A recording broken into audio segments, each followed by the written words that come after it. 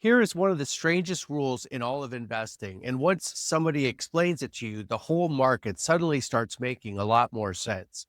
Sometimes good news is bad news, not figuratively, literally. A piece of news comes out that is genuinely good for the economy, good for workers, good for the country, and the market sells off on it anyway. And this morning, we got a perfect live example of that exact rule. About an hour ago, the government released the May jobs report, and it came in strong. The economy added 172,000 jobs last month when the experts were expecting less than half that many.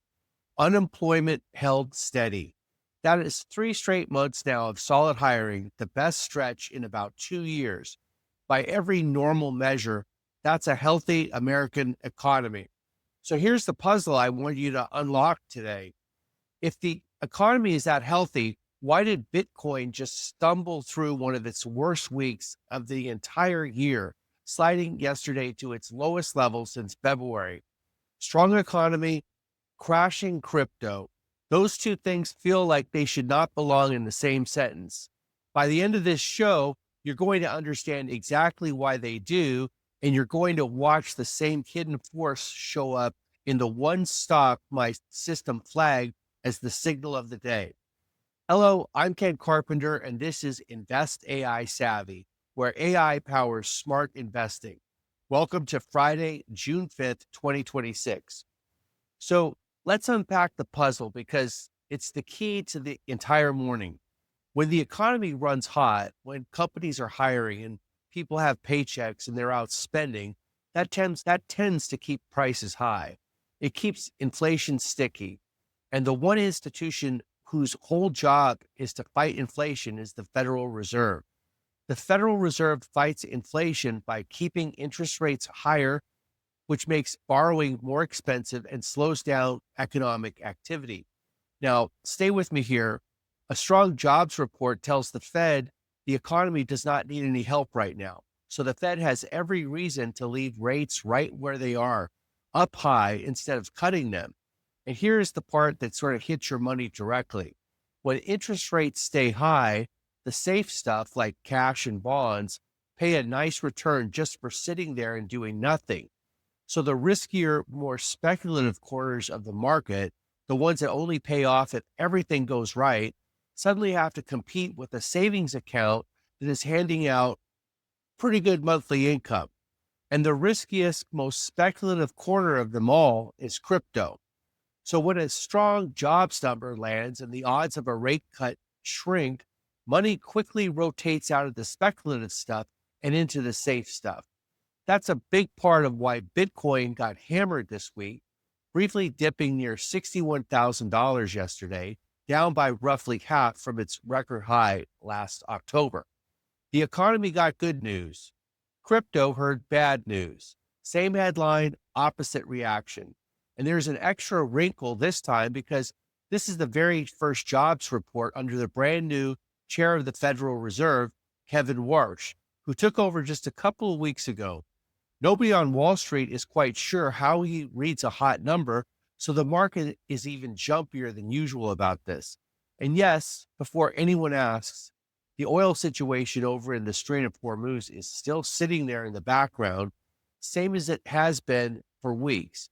It's still a slow, steady pressure on inflation, but it's not today's story. Today's story is jobs, rates, and that good news is bad news machine humming underneath everything.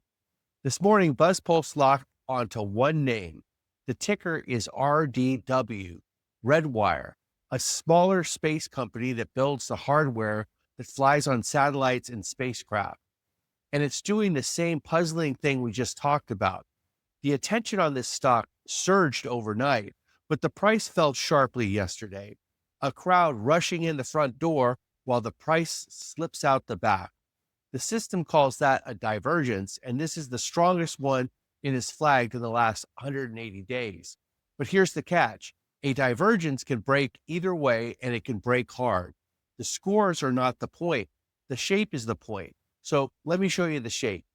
Most days, everything lines up. Attention is up, the mood is good, the price is climbing right along with them. The system calls that Convergence. And it's the easy case, everybody rowing in the same direction. A divergence is the hard case. It's when the two things that should be moving together split apart, like the strong economy and the falling Bitcoin from a minute ago. With RDW, the crowd is piling in while the price drops. And so, which is it? When people rush toward a falling stock, it's one of two crowds. And from the outside, they look identical. The first crowd are the bargain hunters, the people who did the homework, decided the sell off went too far, and are quietly buying while everyone else panics. If they are right, the stock turns and they win big. The second crowd is just chasing the excitement, convinced it has to bounce because it dropped so hard. If they're wrong, it keeps falling and wipes them out. Same surge, same drop, opposite endings. And in the moment, you can't really tell which crowd you're looking at. Solving that exact problem, telling two crowds apart, that is the BuzzPulse system's raison d'etre. It reads where the attention is coming from and how the real money is positioning underneath the noise, then stacks enough signals that the picture gets clearer than any one of us could see alone. It doesn't hand you the answer, it just narrows the question. This morning, BuzzPulse is leaning toward the bargain hunters. By Sunday, the price will tell us whether it was right. The Watchlist tells you where to look, and the greed list tells you where the trap is. And the trap this morning is hiding right under that good news is bad news rule that we started with. Because the temptation on a day when the economy looks great is to assume the market simply has to go up, to go chase the next most beaten down, exciting speculative thing on the screen, figuring a strong economy lifts every boat. But that's exactly backwards right now. A strong economy is the reason the Fed can keep rates high, and high rates are the boot on the neck of the most speculative stuff out there. So the trap is buying the excitement and forgetting the plumbing underneath it. The trap is reading a good headline and feeling safe at the exact moment the smart money is quietly rotating toward safety itself. The system is built to resist that pull, to keep measuring what is actually happening instead of what feels good to believe. On a Friday with a fresh jobs number, a brand new Fed chair, and a crypto market in full retreat, being selective is not caution. It's the whole game.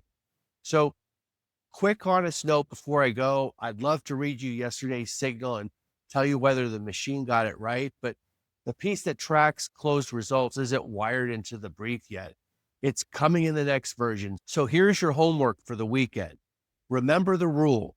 Sometimes good news is bad news, and understanding why is most of the battle. Watch RDW and see which crowd was really behind it.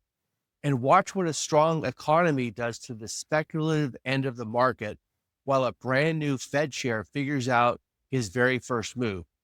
We will sort it out which way it all broke when I see you tomorrow. I'm Ken Carpenter.